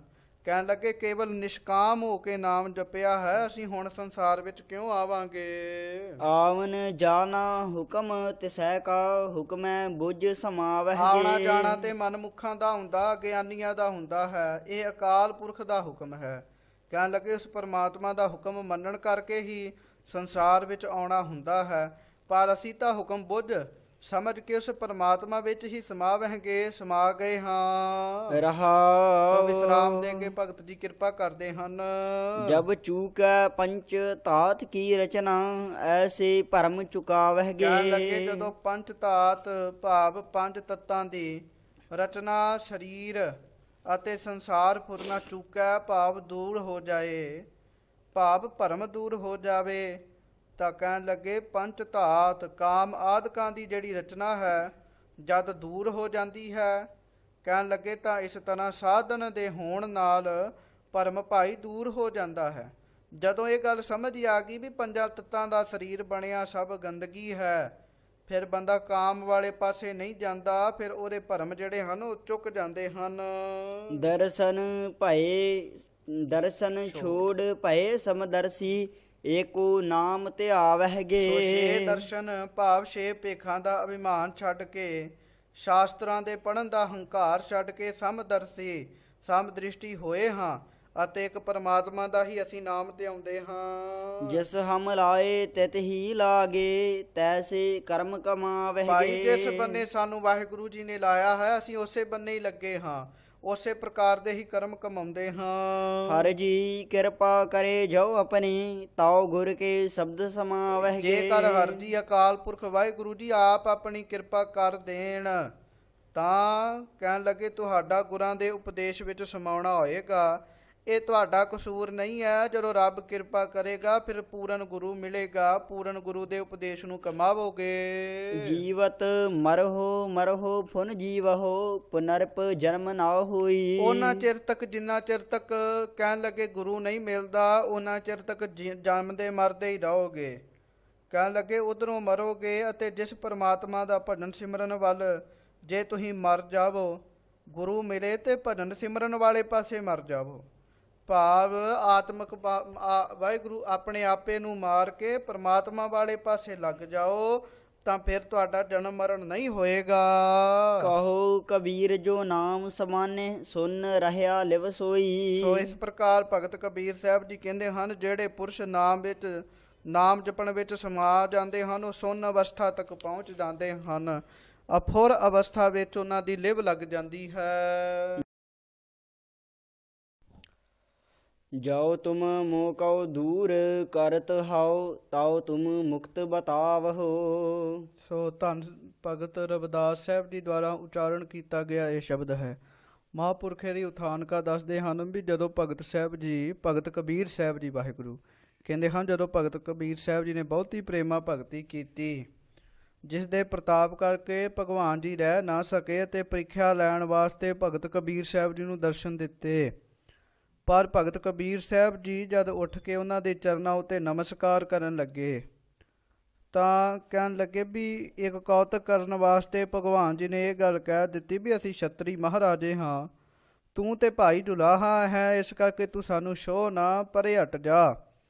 ਇਹ ਗੱਲ ਸੁਣ ਕੇ ਭਗਤ ਕਬੀਰ ਸਾਹਿਬ ਜੀ ਕਹਿਣ ਲੱਗੇ, ਜੇਕਰ ਆਪ ਮੈਨੂੰ ਦੂਰ ਹਟਾਉਣਾ ਕਰਦੇ ਹੋ, ਜੋ ਤੁਮ ਮੋਕੋ ਦੂਰ ਕਰਤ ਹੋ ਤੋ ਤੁਮ ਮੁਕਤ ਬਤਾਵੋ। ਜੇ ਮੈਨੂੰ ਦੂਰ ਹੀ ਕਰਨਾ ਹੈ ਤਾਂ ਫਿਰ ਮੈਨੂੰ ਮੁਕਤੀ ਦੱਸੋ ਵੀ ਮੁਕਤੀ ਕਿਸ ਵਿਧੀ ਨਾਲ ਪ੍ਰਾਪਤ ਹੁੰਦੀ ਹੈ। ਹਾਂਜੀ। ਏਕ ਅਨੇਕ ਹੋਏ ਰਹਿਓ ਸਗਲ ਮਹਿ ਅਬ ਕੈਸੇ ਭਰਮ ਆਵਹੁ। ਔਰ ਭਗਵਾਨ ਨੇ ਕਿਹਾ ਸੀਗਾ ਵੀ ਹੇ ਕਬੀਰ, ਤੂੰ ਮੈਨੂੰ ਜਾਣਦਾ ਵੀ ਨਹੀਂ ਹੈ, ਮੈਨੂੰ ਜਾਣਦਾ ਵੀ ਨਹੀਂ ਹੈ। ਤਾਂ ਭਗਤ ਕਬੀਰ ਸਾਹਿਬ ਜੀ ਕਹਿਣ ਲੱਗੇ, ਨਹੀਂ, ਇਹ ਕੈਸਾ ਬਚਨ ਕਰ ਰਹੇ ਹੋ ਭਗਵਾਨ ਜੀ। ਭਗਵਾਨ ਜੀ ਨੇ ਇਹ ਗੱਲ ਆਖੀ ਸੀ ਕਿ ਵੀ ਕਬੀਰ, ਮੈਂ ਤੈਨੂੰ ਜਾਣਦਾ ਵੀ ਨਹੀਂ ਆ। ਤੇ ਕਬੀਰ ਜੀ ਕਹਿਣ ਲੱਗੇ ਸੀਗੇ, ਭਗਵਾਨ ਜੀ ਤੁਸੀਂ ਆਪ ਹੀ ਅਨੇਕਾਂ ਮਨੁੱਖਾਂ ਵਿੱਚ ਬੈਠੇ ਹੋਏ ਹੋ, ਸਭਨਾਂ ਦੇ ਵਿੱਚ ਤੁਸੀਂ ਆਪ ਹੀ ਵਰਤ ਰਹੇ ਹੋ। ਏਕ ਅਨੇਕ ਹੋਏ ਰਹੇ ਹੋ ਸਗਲ ਮਹਿ, ਇੱਕ ਆਪ ਜੀ ਅਨੇਕ ਰੂਪ ਧਾਰਨ ਕਰਕੇ ਸਾਰਿਆਂ ਦੇ ਵਿੱਚ ਵਰਤ ਰਹੇ ਹੋ। ਅਬ ਕੈਸੇ ਭਰਮਾਵ ਹੋ, ਹੁਣ ਤੁਸੀਂ ਮੈਨੂੰ ਕਿਸ ਤਰ੍ਹਾਂ ਭਰਮਾ ਸਕਦੇ ਹੋ। ਰਾਮ ਮੋਹ ਕਉ ਤਾਰ ਕਹਾਂ ਲੈ ਜਈ ਤੇ ਹੈ। ਅੱਗੋਂ ਫਿਰ ਭਗਵਾਨ ਜੀ ਕਹਿਣ ਲੱਗੇ ਕਬੀਰ, ਫਿਰ ਤੂੰ ਚਿੰਤਾ ਨਾ ਕਰ, ਤੈਨੂੰ ਮੈਂ ਮੁਕਤ ਕਰ ਦਿਆਂਗਾ, ਸੰਸਾਰ ਰੂਪ ਸਮੁੰਦਰ ਤੋਂ ਜ਼ਰੂਰ ਤਾਰ ਲਵਾਂਗਾ। ਤਾਂ ਮਹਾਂਪੁਰਖ ਦੱਸਦੇ ਨੇ, ਭਗਤ ਕਬੀਰ ਸਾਹਿਬ ਜੀ ਕਹਿਣ ਲੱਗੇ, ਰਾਮ ਜੀ, ਭਗਵਾਨ ਜੀ, ਮੈਨੂੰ ਮੁਕਤ ਕਰਕੇ, ਮੈਨੂੰ ਤਾਰ ਕੇ ਤੁਸੀਂ ਕਿੱਥੇ ਲੈ ਜਾਓਗੇ। ਸੋਧੋ ਮੁਕਤ ਕਹਾ ਦਿਓ ਕੈਸੀ ਕਰ ਪ੍ਰਸਾਦ ਮੋਹਿ ਪਾਈ ਹੈ। ਭਗਤ ਕਬੀਰ ਸਾਹਿਬ ਜੀ ਕਹਿਣ ਲੱਗੇ, ਮੈਂ ਆਪਣੇ ਦਿਲ ਵਿੱਚ ਸੋਧਦਾ ਹਾਂ, ਮੁਕਤੀ ਕਿੱਥੇ ਹੈ ਅਤੇ ਕੈਸੀ ਮੁਕਤੀ ਦਿਓਗੇ। ਕਿਉਂਕਿ 4 ਪ੍ਰਕਾਰ ਦੀ ਮੁਕਤੀ ਹੈ, ਸ਼ਲੋਕ ਮੁਕਤੀ, ਸਰੂਪ ਮੁਕਤੀ, ਸਮੀਪ ਮੁਕਤੀ ਤੇ ਸਾਯੁਜ ਮੁਕਤੀ। ਇਹ 4 ਮੁਕਤੀਆਂ ਦੀ ਤੇ ਮੇਰੀ ਇੱਛਾ ਹੀ ਨਹੀਂ ਹੈ। ਭਗਤ ਕਬੀਰ ਸਾਹਿਬ ਕਹਿਣ ਲੱਗੇ, ਆਪ ਦੀ ਭਾਵ ਗੁਰਾਂ ਦੀ ਕਿਰਪਾ ਦੇ ਨਾਲ ਤਾਂ ਮੈਨੂੰ ਕੇਵਲ ਮੁਕਤੀ ਚਾਹੀਦੀ ਹੈ। ਰਹਾਉ ਮੈਂ ਕੇਵਲ ਮੁਕਤੀ ਦੀ ਪ੍ਰਾਪਤੀ ਕਰ ਲਈ ਹੈ। ਵਿਸ਼ਰਾਮ ਦੇ ਕੇ ਭਗਤ ਕਬੀਰ ਸਾਹਿਬ ਜੀ ਕਹਿੰਦੇ ਹਨ, ਤਾਰਨ ਤਰਨ ਤਬੈ ਲਗ ਕਹੀਐ ਜਬ ਲਗ ਤਤ ਨਾ ਜਾਣਿਆ। ਅੱਗੋਂ ਕਹਿਣ ਲੱਗੇ ਭਗਵਾਨ ਜੀ, ਭਗਤ ਕਬੀਰ ਸਾਹਿਬ ਨੂੰ ਕਹਿਣ ਲੱਗੇ, ਭਾਵੇਂ ਤੂੰ ਮੁਕਤੀ ਪਾ ਲਈ, ਫਿਰ ਵੀ ਮੈਂ ਤਾਰਨੇ ਵਾਲਾ ਹੈ ਤੇ ਤੂੰ ਤਰਨ ਵਾਲਾ ਹੈ। ਤੇ ਭਗਤ ਕਬੀਰ ਸਾਹਿਬ ਜੀ ਕਹਿਣ ਲੱਗੇ ਵਾਹਿਗੁਰੂ ਜੀ, ਤੁਹਾਨੂੰ ਤਾਰਨ ਵਾਲਾ ਉਸ ਵੇਲੇ ਤੱਕ ਹੀ ਕਿਹਾ ਜਾਂਦਾ ਹੈ ਜਿੰਨਾ ਚਿਰ ਤੱਕ ਤੱਥ ਸਿਧਾਂਤ ਜਾਣਿਆ ਨਹੀਂ ਜਾਂਦਾ। ਅਬ ਤਉ ਬਿਮਲ ਭਏ ਕਟ ਹੀ ਮਹ ਕਹਿ ਕਬੀਰ ਮਨ ਮਾਨਿਆ। ਕਹਿਣ ਲੱਗੇ, ਹੁਣ ਤਾਂ ਸਰੀਰ ਦੇ ਵਿੱਚ ਹੀ ਅਸੀਂ ਬੇਮਲ ਨਿਰਮਲ ਹੋ ਗਏ ਹਾਂ, ਮੈਲ ਤੋਂ ਰਹਿਤ ਹੋ ਗਏ ਹਾਂ। ਗੁਰਾਂ ਦੇ ਮੰਤਰ ਵਿੱਚ ਸਾਡਾ ਮਨ ਜਿਹੜਾ ਹੈ ਉਹ ਮੰਨ ਗਿਆ ਹੈ। ਕਹਿਣ ਲੱਗੇ, ਹੁਣ ਅਸੀਂ ਇਸ ਗੱਲ ਵਿੱਚ ਧਿਆਨ ਨਹੀਂ ਰੱਖਦੇ, ਕਿਉਂਕਿ ਹੁਣ ਤੇ ਤੁਸੀਂ ਆਪ ਹੀ ਮੇਰੇ ਹਿਰਦੇ ਵਿੱਚ ਆ ਗਏ ਹੋ। ਇਸ ਤਰ੍ਹਾਂ ਦੱਸਦੇ ਸੀਗੇ ਵੀ ਕਬੀਰ ਜੀ ਭਗਵਾਨ ਦੇ ਦੁਆਰਾ ਬੋਲੇ ਗਏ ਬਚਨਾਂ ਵਿੱਚ ਉਹ ਸਫਲੇ ਹੋ ਗਏ ਸਨ। ਉਹਨਾਂ ਦੀ ਜਿਹੜੀ ਪ੍ਰੀਖਿਆ ਸੀ ਉਹ ਸਫਲ ਹੋਈ ਸੀ। ਜਿਨ ਗੜ ਕੋਟ ਕੀਏ ਕੰਚਨ ਕੇ ਛੋੜ ਗਿਆ ਸੋ ਰਾਵਨ। ਸੋ ਇਸ ਪ੍ਰਕਾਰ ਅਗਲਾ ਸ਼ਬਦ ਲਿਖਦੇ ਹਨ ਭਗਤ ਜੀ, ਔਰ ਮਹਾਂਪੁਰਖੇ ਦੀ ਉਥਾਨਕਾ ਦੱਸਦੇ ਹਨ। ਕਹਿੰਦੇ, ਇੱਕ ਵੇਸ਼ਵਾਗਾਮੀ ਪੁਰਸ਼ ਜਿਹੜਾ ਕਿ ਵੇਸ਼ਵਾ ਦੇ ਸਰੀਰ ਦੇ ਨਾਲ ਸੰਬੰਧ ਬਣਾਉਂਦਾ ਸੀਗਾ, ਕਹਿੰਦੇ ਹਨ ਉਹ ਕਈ ਤਰ੍ਹਾਂ ਦੇ ਮੰਦ ਕਰਮਾਂ ਨੂੰ ਕਰ ਰਿਹਾ ਸੀਗਾ। ਉਸ ਨੂੰ ਵੈਰਾਗਜਨਕ ਉਪਦੇਸ਼ ਦਿੱਤਾ ਭਗਤ ਕਬੀਰ ਸਾਹਿਬ ਜੀ ਨੇ। ਉਹਦੇ ਵਿੱਚ ਪਹਿਲੀ ਪੰਕਤੀ ਭਗਤ ਕਬੀਰ ਸਾਹਿਬ ਜੀ ਨੇ ਇਹੋ ਹੀ ਉਚਾਰੀ ਹੈ, ਕਾਹੇ ਕੀਜਤ ਹੈ ਮਨ ਭਾਵਨ। ਹੇ ਭਾਈ, ਤੂੰ ਆਪਣੇ ਮਨ ਆਉਂਦੀਆਂ ਗੱਲਾਂ ਕਿਉਂ ਕਰਦਾ ਹੈ? ਮਨ ਦੇ ਪਿੱਛੇ ਲੱਗ ਕੇ ਵਿਚਾਰਾਂ ਨੂੰ, ਵਿਕਾਰਾਂ ਨੂੰ ਕਿਉਂ ਕਰ ਰਿਹਾ ਹੈ? ਆਮ ਹੀ ਅਸੀਂ ਕਹਿ ਦਿੰਦੇ ਹਾਂ, ਲਓ ਜੀ ਹੱਸਣਾ ਖੇਡਣਾ, ਇਹ ਤੇ ਮਨ ਕਾ ਚਾਓ ਹੈ। ਪਰ ਗੁਰਮੁਖੋ, ਗੁਰਬਾਣੀ ਦੇ ਵਿੱਚ ਮਨ ਦੇ ਪਿੱਛੇ ਲੱਗਣ ਦੀ ਗੱਲ ਨਹੀਂ ਕਹੀ ਗਈ। ਠੀਕ ਹੈ, ਹੱਸਣਾ ਕੁੱਦਣਾ ਮਹਾਰਾਜ ਨੇ ਕਿਹਾ ਹੈ ਮਨ ਕਾ ਚਾਉ ਹੈ, ਪਰ ਇਹ ਮਨਮੁਖਾਂ ਦੇ ਮਨ ਦਾ ਚਾਉ ਹੈ। ਜਿਹੜੇ ਗੁਰਮੁਖ ਹਨ ਉਹ ਤੇ ਮਨ ਦੇ ਪਿੱਛੇ ਲੱਗਦੇ ਹੀ ਨਹੀਂ, ਉਹ ਮਨ ਦੀ ਗੱਲ ਨਹੀਂ ਮੰਨਦੇ। ਇਸ ਕਰਕੇ ਮਹਾਰਾਜ ਭਗਤ ਕਬੀਰ ਸਾਹਿਬ ਨੇ ਫਿਰ ਜਿਹੜੀ ਪਹਿਲੀ ਰਹਾਉ ਵਾਲੀ ਤੁਕ ਉਚਾਰੀ ਹੈ ਵੀ ਕਾਹੇ ਕੀਜਤ ਹੈ ਮਨ ਭਾਵਨ। ਹੇ ਵੇਸ਼ਵਾਗਾਮੀ ਪੁਰਸ਼ਾ, ਮੰਦ ਕਰਮ ਕਰਨ ਵਾਲਿਆ, ਤੂੰ ਆਪਣੇ ਮਨ ਭਾਉਂਦੀਆਂ ਕਿਉਂ ਕਰਦਾ ਹੈ।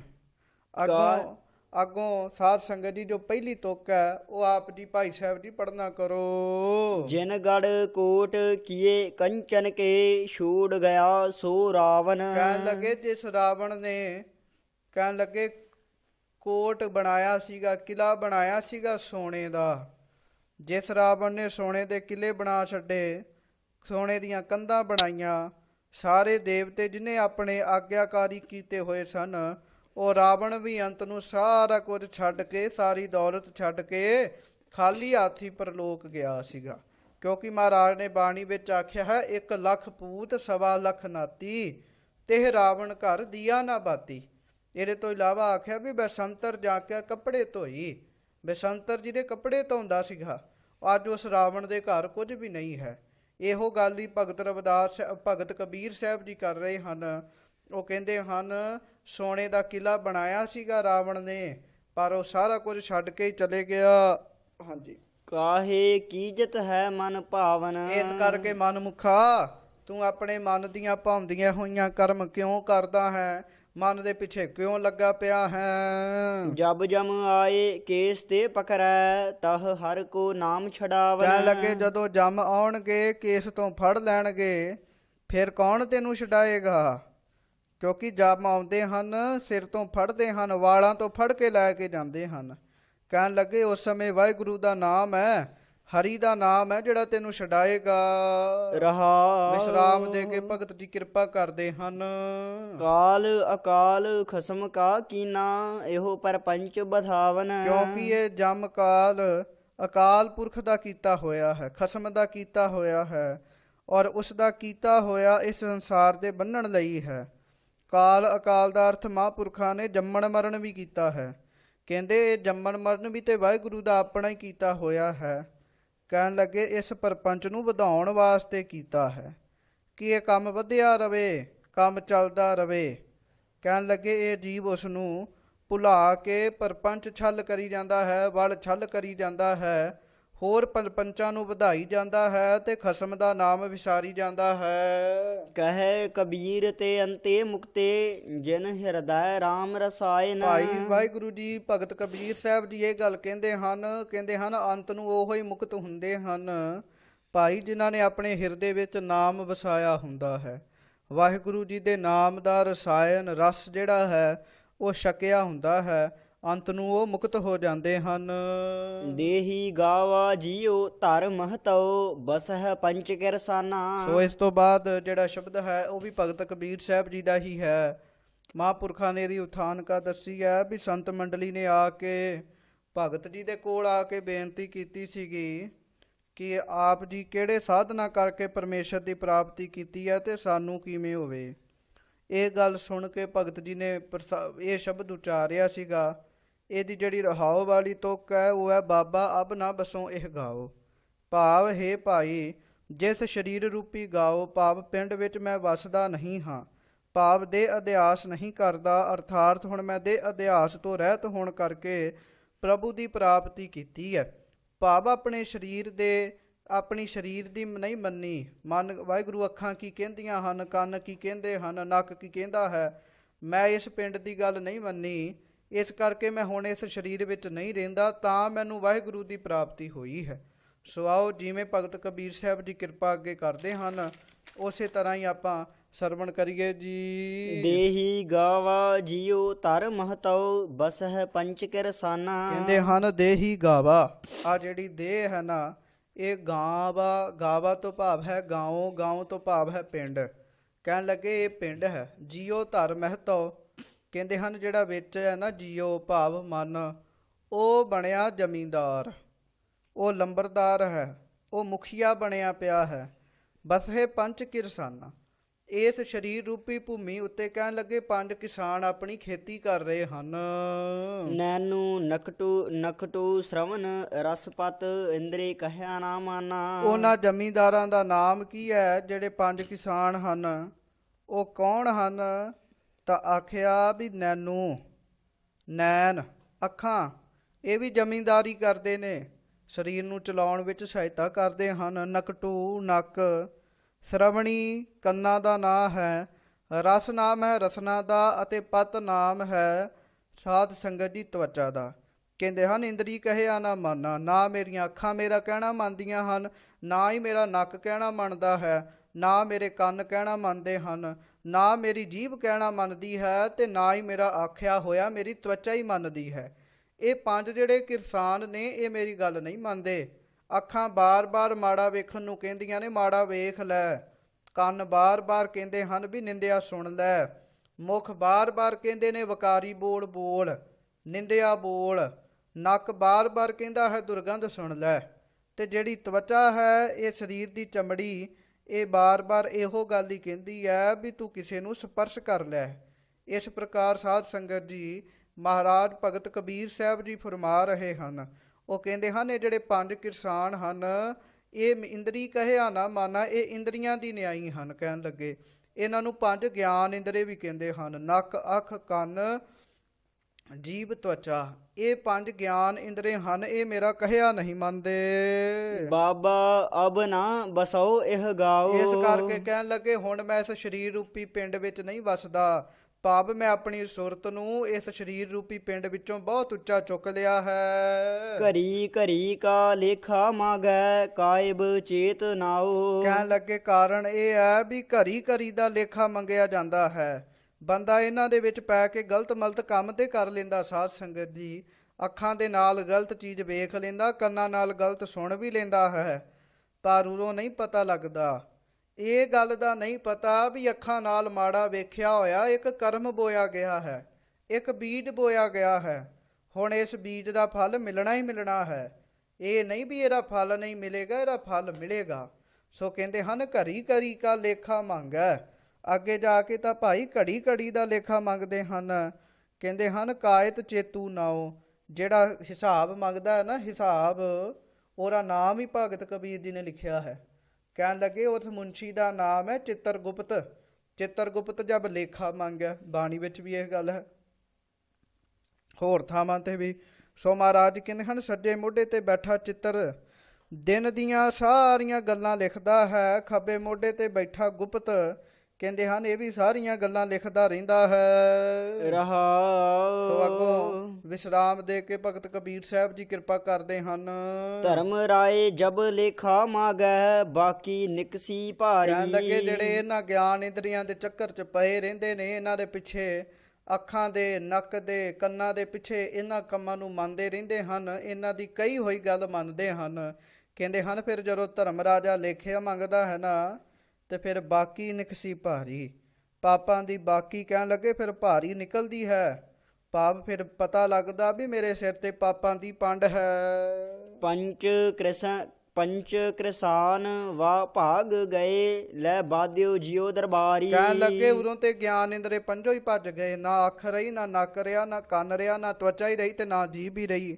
ਸਰੀਰ ਤੇ ਸੜ ਗਿਆ। ਇਹ ਪੰਜੋ ਤੇ ਭੱਜ ਗਏ, ਪੰਜੋ ਜ਼ਮੀਂਦਾਰ।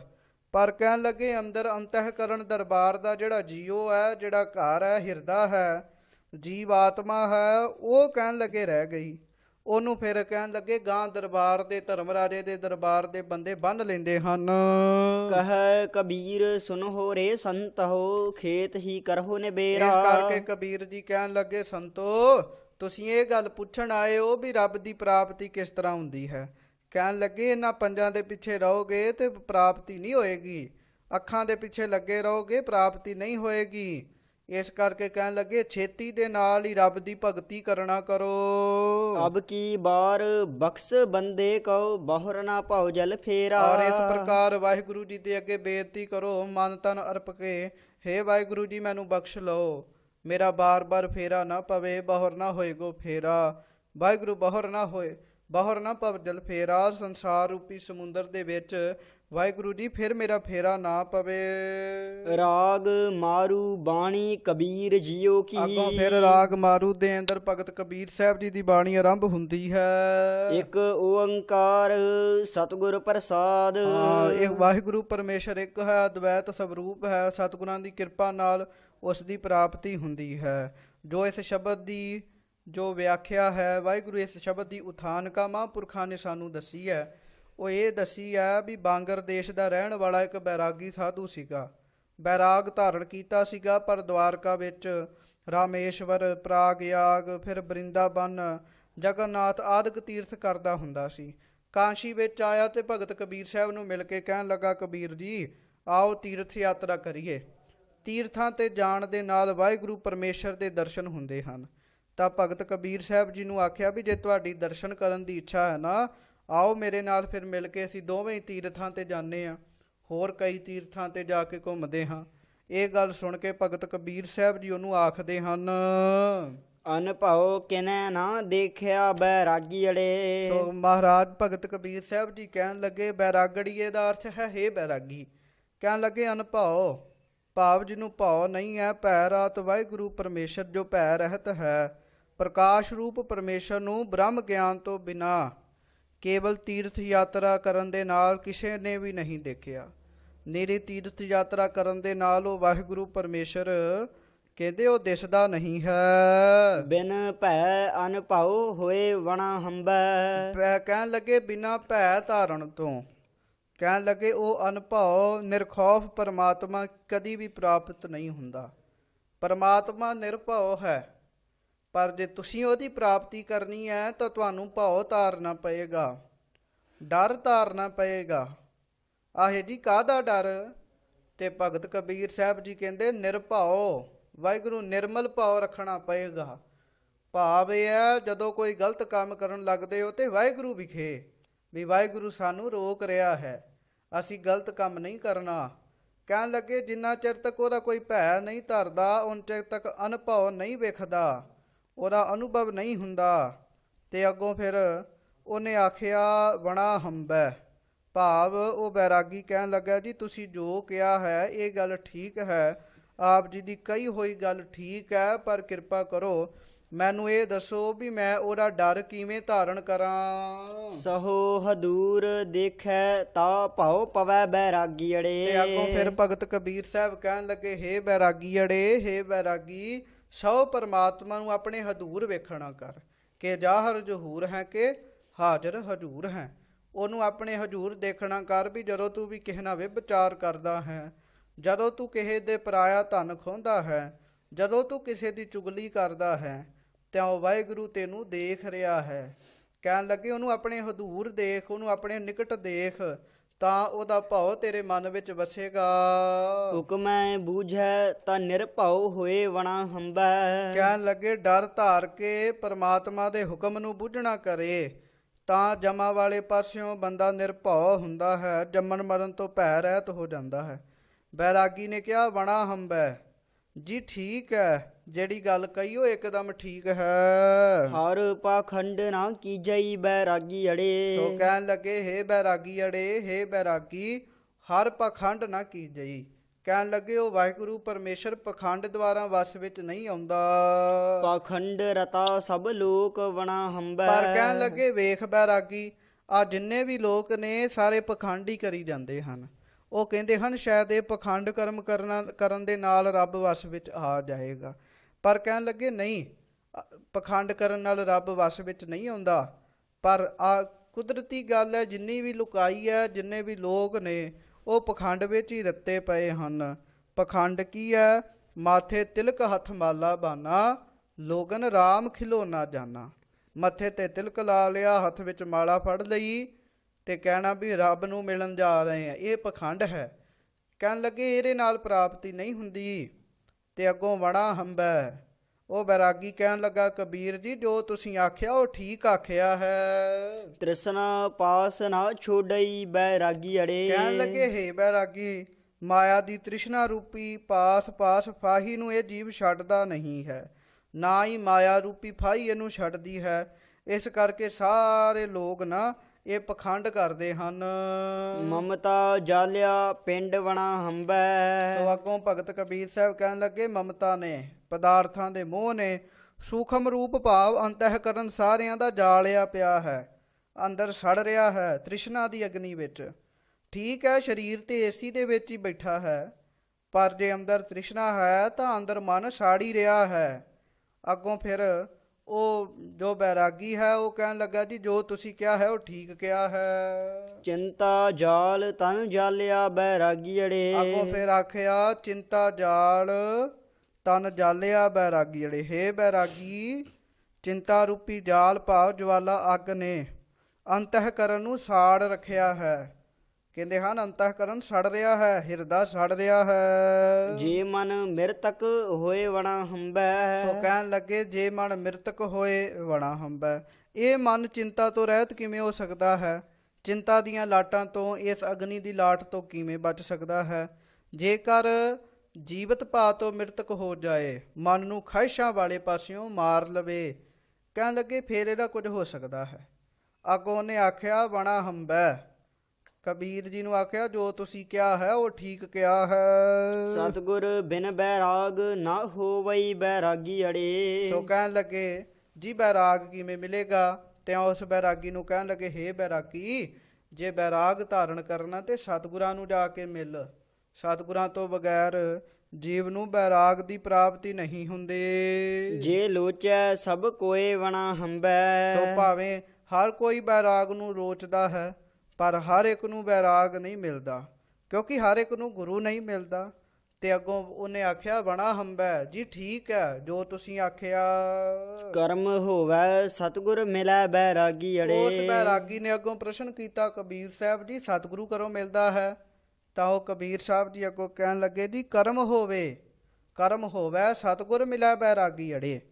ਹੇ ਬੈਰਾਗੀ, ਪੂਰਨ ਕਿਰਪਾ ਦ੍ਰਿਸ਼ਟੀ ਹੋਵੇ। ਪੂਰਨ ਬੈਰਾਗ ਉਤਪੰਨ ਤਾਂ ਹੁੰਦਾ ਹੈ ਜੇ ਕਹਿਣ ਲੱਗੇ ਕਰਮ ਹੋਵੇ, ਪੂਰਬਲੇ ਸ੍ਰੇਸ਼ਟ ਕਰਮ ਹੋਣ, ਪਰਮੇਸ਼ਰ ਦੀ ਮਿਹਰ ਦ੍ਰਿਸ਼ਟੀ ਹੋਵੇ। ਸਹਜੇ ਪਾਵੈ ਸੋਏ ਵਣਾ ਹੰਬੈ। ਉਹ ਕਹਿਣ ਲੱਗੇ ਫਿਰ ਸਹਿਜੇ ਹੀ ਸਤਿਗੁਰਾਂ ਦੀ ਪ੍ਰਾਪਤੀ ਹੋ ਜਾਂਦੀ ਹੈ। ਬੈਰਾਗੀ ਕਹਿਣ ਲੱਗਾ, ਜੀ ਵਣਾ ਹੰਬੈ, ਬਿਲਕੁਲ ਠੀਕ ਆਖਿਆ। ਕਹੋ ਕਬੀਰ ਇੱਕ ਬੇਨਤੀ ਬੈਰਾਗੀ ਅੜੇ। ਅੱਗੋਂ ਕਬੀਰ ਜੀ ਆਖਦੇ ਹਨ, ਹੇ ਬੈਰਾਗੀ, ਤੂੰ ਵੀ ਅਪਾਰ ਬ੍ਰਹਮ ਵਾਹਿਗੁਰੂ ਪਰਮੇਸ਼ਵਰ ਦੇ ਅੱਗੇ ਇੱਕ ਬੇਨਤੀ ਕਰਕੇ ਇਸ ਤਰ੍ਹਾਂ ਵਾਹਿਗੁਰੂ ਜੀ ਨੂੰ ਕਹਿਣਾ ਕਰ।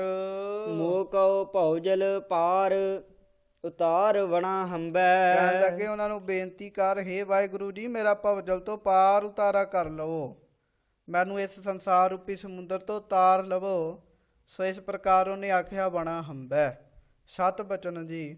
ਉਸ ਦਿਨ ਤੋਂ ਬਾਅਦ ਫਿਰ ਉਹ ਬੈਰਾਗੀ ਭਗਤ ਕਬੀਰ ਸਾਹਿਬ ਨੂੰ ਹੀ ਆਪਣਾ ਗੁਰੂ ਮੰਨ ਕੇ ਬੈਰਾਗ ਧਾਰਨ ਕੀਤਾ।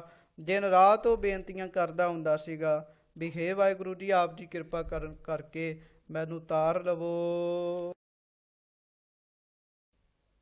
ਰਾਜਨ ਕੌਣ ਤੁਮਾਰੈ ਆਵੈ। ਤੋ ਇਹਦੀ ਉਥਾਨਕਾ ਇਸ ਸ਼ਬਦ ਦੀ ਮਹਾਂਪੁਰਖਾਂ ਨੇ ਸਾਨੂੰ ਇਹ ਦੱਸੀ ਹੈ ਵੀ ਜਦੋਂ ਭਗਤ ਕਬੀਰ ਸਾਹਿਬ ਜੀ ਇੱਕ ਦਿਨ ਵਿਚਰ ਰਹੇ ਸਨ ਤਾਂ ਅਮੀਰ ਬ੍ਰਾਹਮਣ ਆ ਕੇ ਕਹਿਣ ਲੱਗੇ, ਕਬੀਰ ਤੂੰ ਭਗਤੀ ਨਹੀਂ ਕਰ ਸਕਦਾ, ਤੇਰੀ ਜਾਤ ਨੀਵੀਂ ਹੈ, ਨੀਵੀਂ ਜਾਤ ਵਾਲਿਆਂ ਨੂੰ ਰੱਬ ਨਹੀਂ ਮਿਲਦਾ, ਰੱਬ ਤੇ ਉੱਚੀ ਜਾਤ ਵਾਲਿਆਂ ਨੂੰ ਮਿਲਦਾ ਹੈ।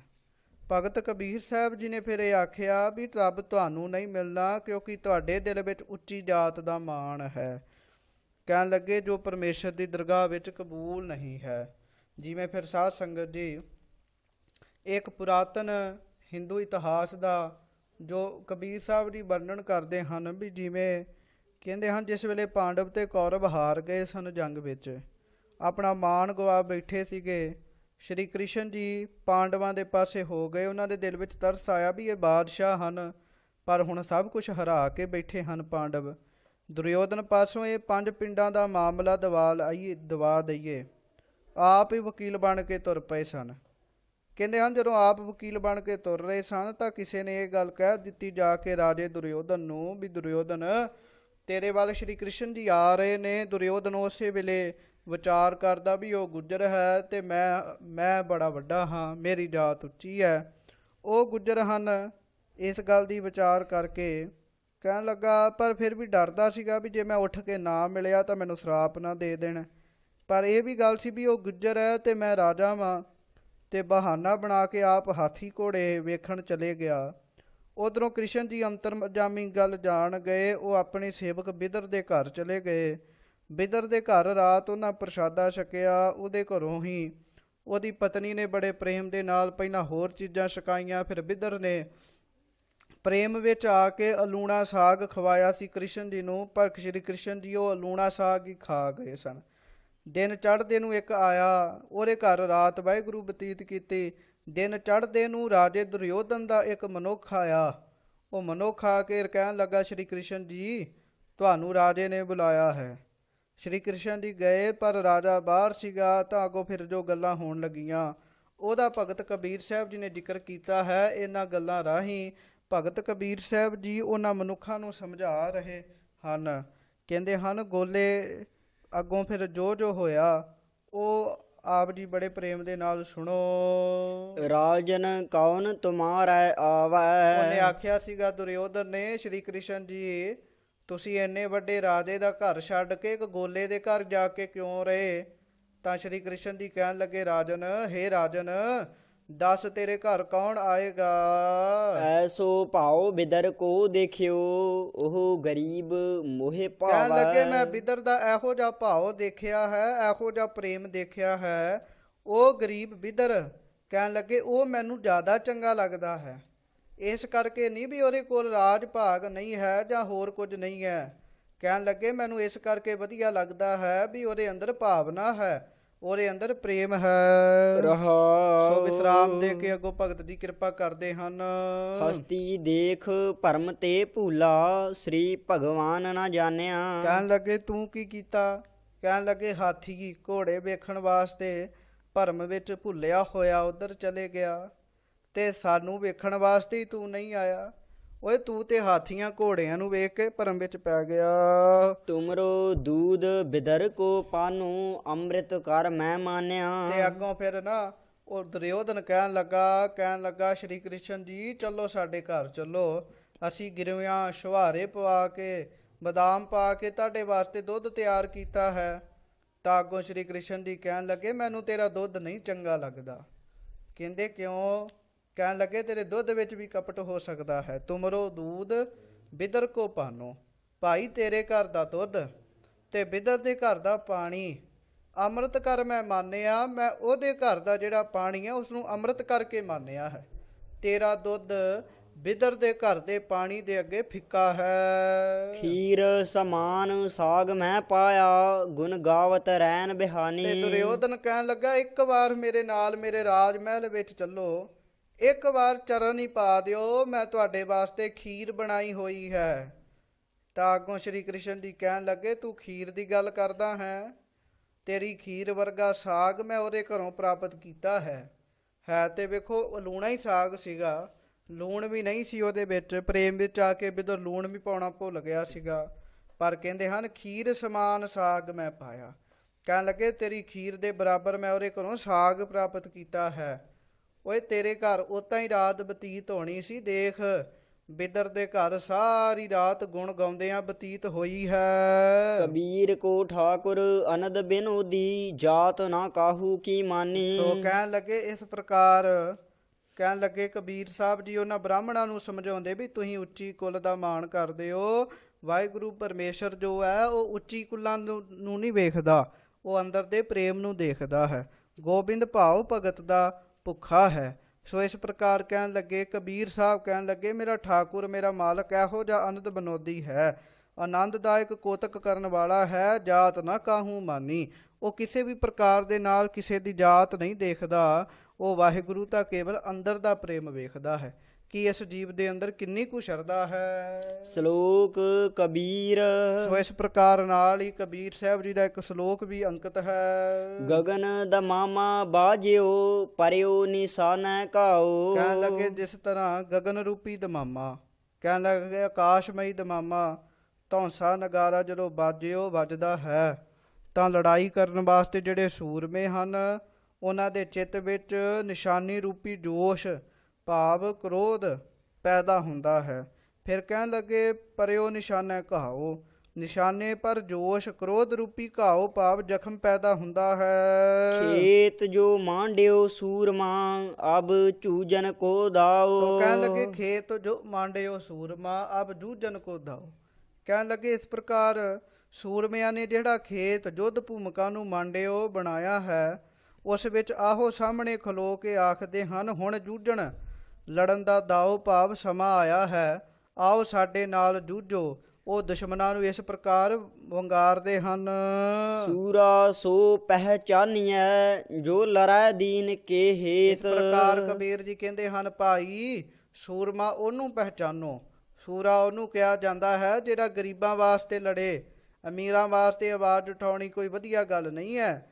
ਜਿਹੜਾ ਗਰੀਬਾਂ ਵਾਸਤੇ ਆਵਾਜ਼ ਉਠਾਵੇ, ਜਿਹੜਾ ਗਰੀਬਾਂ ਦੇ ਅਧੀਨ ਹੋ ਕੇ ਕਿਸੇ ਨਾਲ ਜੰਗ ਲੜਦਾ ਹੈ। ਪੁਰਜਾ ਪੁਰਜਾ ਕੱਟ ਮਰੈ ਕਬਹੂ ਨਾ ਛਾੜੈ ਖੇਤ। ਪੁਰਜਾ ਕੱਟ ਜਾਏ ਪਰ ਉਹ ਖੇਤ ਨਾ ਛੱਡੇ। ਔਰ ਇਹਦਾ ਅਰਥ ਮਹਾਂਪੁਰਖੇ ਵੀ ਕਰਦੇ ਹਨ, ਉਹ ਪੁਰਜਾ ਤਾਂ ਕਟਵਾ ਲਵੇ ਅਤੇ ਦੁਸ਼ਮਣਾਂ ਦਾ ਪੁਰਜਾ ਕੱਟ ਦਵੇ, ਕੱਟ ਕੇ ਮਰੇ। ਕਹਿਣ ਲੱਗੇ ਐਵੇਂ ਜੰਗ ਦਾ ਮੈਦਾਨ ਛੱਡ ਕੇ ਨਾ ਦੌੜ ਜਾਏ, ਉਹ ਐਸਾ ਸੂਰਮਾ ਹੈ। ਸੋ ਇਸ ਪ੍ਰਕਾਰ ਸਾਧ ਸੰਗਤ ਜੀ, ਜਿਵੇਂ ਇਤਿਹਾਸ ਵਿੱਚ ਵੀ ਜ਼ਿਕਰ ਆਉਂਦਾ ਹੈ ਬਾਬਾ ਦੀਪ ਸਿੰਘ ਜੀ ਦੇ ਬਾਰੇ ਵੀ ਪੁਰਜਾ ਕੱਟ ਮਰੈ ਕਬਹੂ ਨਾ ਛੱਡੈ ਖੇਤ। ਸਿਰ ਤੇ ਧਰ ਵਖੜਾ ਹੈ ਪਰ ਫਿਰ ਵੀ ਉਹਨਾਂ ਨੇ ਯੁੱਧ ਭੂਮੀ ਨਹੀਂ ਛੱਡੀ, ਫਿਰ ਵੀ ਲੜਦੇ ਰਹੇ ਸੀਸ ਨੂੰ ਤਲੀ ਤੇ ਟਿਕਾ ਕੇ। ਭਾਈ ਮਨੀ ਸਿੰਘ ਜੀ ਜਿਨ੍ਹਾਂ ਦਾ ਇੱਕ ਇੱਕ ਪੁਰਜਾ ਕੱਟ ਦਿੱਤਾ ਗਿਆ ਸੀ, ਜਦ ਟੋਕਾ ਪਕੜ ਜਲਾਦ ਆਇਆ, ਜਦ ਗੁੱਟ ਉੱਤੇ ਉਸ ਹੱਥ ਪਾਇਆ, ਤਦ ਭਾਈ ਮਨੀ ਸਿੰਘ ਬੋਲ ਕਹੇ, ਸੋ ਮਰਦ ਜੋ ਕਾਮਲ ਕੌਲ ਰਹੇ। ਇਹ ਵੇਲਾ ਨਹੀਂ ਗੱਲ ਤੋਂ ਹਟਣ ਦਾ, ਤੈਨੂੰ ਹੁਕਮ ਹੀ ਬੰਦ ਕੱਟਣ ਦਾ। ਜਿਹੜਾ ਬੰਦ ਕੱਟਣ ਆਇਆ ਸੀ ਉਹਨੂੰ ਕਿਹਾ ਸੀ, ਤੈਨੂੰ ਹੁਕਮ ਹੈ ਮੇਰਾ ਬੰਦ ਕੱਟ, ਗੁੱਟ ਨਾ ਫੜ, ਉਂਗਲ ਦੇ ਪੋਟੇ ਤੋਂ ਸ਼ੁਰੂ ਹੋ। ਉਹ ਜਲਾਦ ਕਹਿੰਦਾ ਤੁਹਾਨੂੰ ਡਰ ਨਹੀਂ ਲੱਗਦਾ? ਉਹ ਕਹਿਣ ਲੱਗੇ ਕਾਹਦਾ ਡਰ ਲੱਗਣਾ ਹੈ, ਤੂੰ ਕੱਟਣਾ ਹੈ, ਮੈਂ ਜੁੜਨਾ ਹੈ। ਲੋਕਾਂ ਲਈ ਜਲਾਦ ਹੈ ਤੂੰ, ਪਰ ਮੇਰੇ ਲਈ ਰੱਬ ਦੀ ਯਾਦ ਹੈ ਤੂੰ। ਸੋ ਇਸ ਤਰ੍ਹਾਂ ਭਗਤ ਕਬੀਰ ਸਾਹਿਬ ਜੀ ਕਹਿੰਦੇ ਹਨ, ਸੂਰਮਾ ਤੇ ਉਹ ਹੈ ਜਿਹੜਾ ਪੁਰਜਾ ਕੱਟਿਆ ਜਾਵੇ ਤਾਂ ਵੀ ਮੈਦਾਨ ਨਾ ਛੱਡੇ, ਦੁਸ਼ਮਣਾਂ ਦਾ ਪੁਰਜਾ ਕੱਟ ਦਵੇ, ਫਿਰ ਮਰੇ। ਕਹਿਣ ਲੱਗੇ ਔਰ ਕਦੀ ਵੀ ਜੰਗ ਦਾ ਮੈਦਾਨ ਛੱਡ ਕੇ ਨਾ ਜਾਵੇ। ਸੋ ਇਸ ਪ੍ਰਕਾਰ ਭਗਤ ਕਬੀਰ ਸਾਹਿਬ ਜੀ ਦੀ ਬਾਣੀ ਬੀਰ ਰਸੀ ਵੀ ਵਿੱਚ ਆਈ ਹੈ। ਸੋ ਹੋਈਆਂ ਭੁੱਲਾਂ ਚੁੱਕਾਂ ਦੀ ਖਿਮਾ। 2 ਪੰਕਤੀਆਂ ਪੜ੍ਹ ਕੇ, ਇਹ ਪੂਰਾ ਹੀ ਸ਼ਲੋਕ ਪੜ੍ਹ ਕੇ ਸਾਧ ਸੰਗਤ ਦੀ ਸਮਾਪਤੀ ਹੈ। ਗਗਨ ਦਮਾਮਾ ਬਾਜਿਓ ਪਰਿਓ ਨਿਸ਼ਾਨੈ ਕਾਓ। ਖੇਤ ਜੋ ਮਾਂਡਿਓ ਸੂਰਮਾ ਅਬ ਚੂਜਨ ਕੋ ਦਾਓ। ਸੂਰਾ ਸੋ ਪਹਿਚਾਨੀਐ ਜੋ ਲੜੈ ਦੀਨ ਕੇ ਹੇਤ। ਪੁਰਜਾ ਕੱਟ ਮਰੈ ਕਬਹੂ ਨਾ ਛਾੜੈ ਖੇਤ। ਵਾਹਿਗੁਰੂ ਜੀ ਕਾ ਖਾਲਸਾ, ਵਾਹਿਗੁਰੂ ਜੀ ਕੀ ਫਤਿਹ।